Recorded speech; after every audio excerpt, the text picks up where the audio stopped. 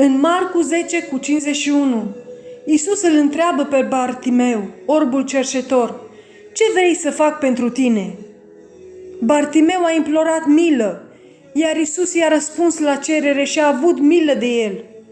Ce nevoie ai în viața ta astăzi? Ce situație ți-a tulburat mintea și inima? Cu ce boală te lupți? Există ceva prea greu pentru Domnul să facă? Crezi că există vreo situație prea dificilă pentru El să o schimbe? Astăzi Iisus te întreabă: ce vrei să fac pentru tine? Compasiunea Lui a ajuns la tine, mila Lui vorbește pentru tine. El este dispus să schimbe situația, să-ți ofere minunea de care ai nevoie astăzi. Crezi tu că este El capabil să facă asta?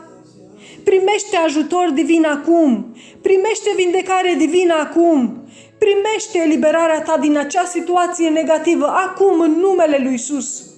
Fie ca lucrurile să se schimbe în favoarea ta, fie ca lacrimile și temerile tale să se transforme în bucurie și sărbătoare în numele lui Iisus.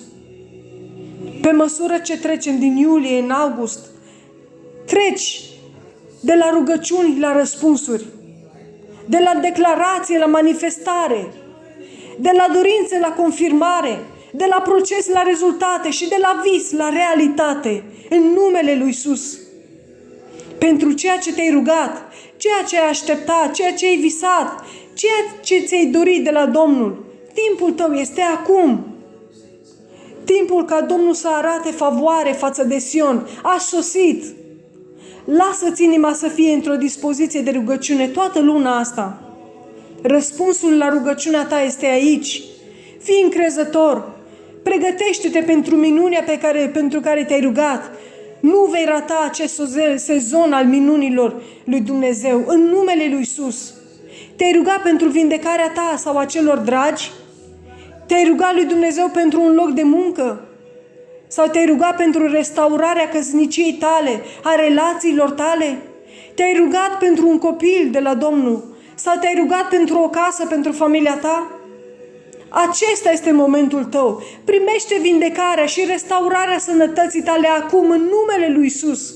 Fie ca acea boală să dispară acum. Primește restaurarea căsniciei și a relațiilor tale. Primește locul de muncă acum în numele lui Iisus. Fie ca ușile oportunităților de angajare să ți se deschidă în numele lui Iisus. Primește tratament preferențial. Primește acea casă pe care ai căutat-o. Primește rodnicie divină și primește copiii acum în numele lui Iisus. Fie ca orice obstacol în calea progresului tău să fie zdrobit de puterea Duhului Sfânt. Amin. Bucură-te. Din nou spun, bucură-te. Mila lui Dumnezeu s-a revărsat asupra vieții tale. Amin. Va găsi Domnul credință în inima ta?